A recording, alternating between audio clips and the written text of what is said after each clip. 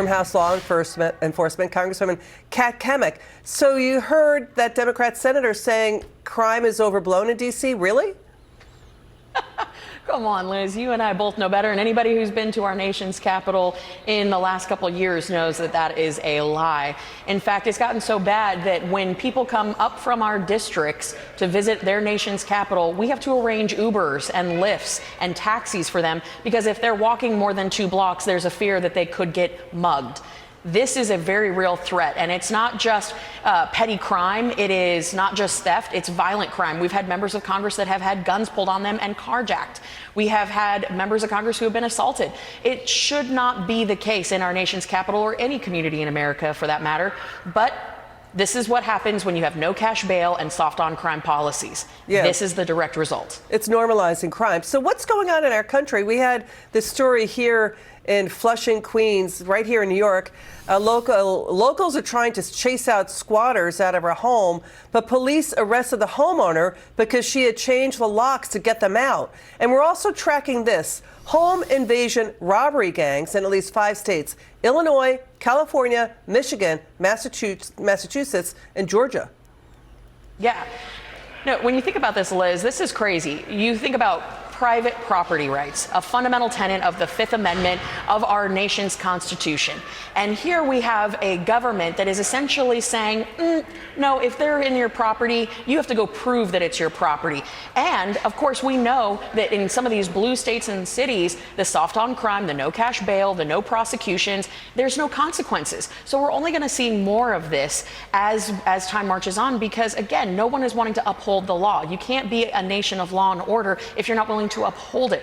And so I think Biden's going to have a really tough time in this election when everyone is feeling the pain of rising crime in our communities. And like I said, it's not just petty theft. It's not just trespassing. We're talking violent crime, and it's continuing to go up despite what they try to say in the data and the facts. It's not going down. It's actually going up. And keep in mind, Liz, more than 4,000 police departments from around the country are not reporting their crime statistics. So let's just say they're painting a very skewed picture. Yeah, and if you're not doing the arrests, then the crime data goes down, right? I mean, the other thing, too, is, that's hurting minority neighborhoods. It's hurting minority, Black, Hispanic, Asian American voters in minority neighborhoods. This is coming in.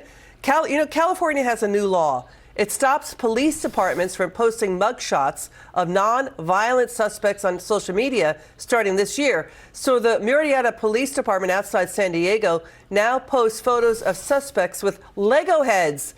Isn't the point of the mugshots to tell people, who is dangerous? The Lego group, by the way, Lego company said stop doing this. What do you think?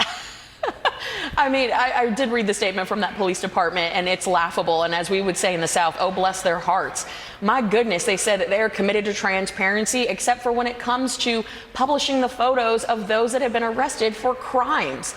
That, to me, is just another sign that these folks are not serious about crime. And to add insult to injury, the officers that are putting their life on the line, really making sure that they're doing a bang-up job of getting these people arrested and off the streets, they're incredibly demoralized. Mm-hmm. This is having a direct impact on our recruitment and our retention of our law enforcement officers around the country. Because what is the point of arresting someone if they're just going to be right back on the street the next day? And when you are too shy to even publish their photo to let concerned citizens know that this person could be a threat to the community, you can't even see their photo. So this is just laughable. We are absolutely just hamstringing ourselves when we're trying to get tougher on crime. This is something that has to change. And I would say, from the state perspective, from the federal perspective, if these departments want to play those games, cut their funding. Interesting. But you made a good point about police resignations. It's something like it's up nearly 50%, something like 47% police officer resignations since 2019. Wow, yeah. That's really significant. Congresswoman Cammack, thanks for joining us. It's good to see you. Always a pleasure. Thanks, Liz. Coming up.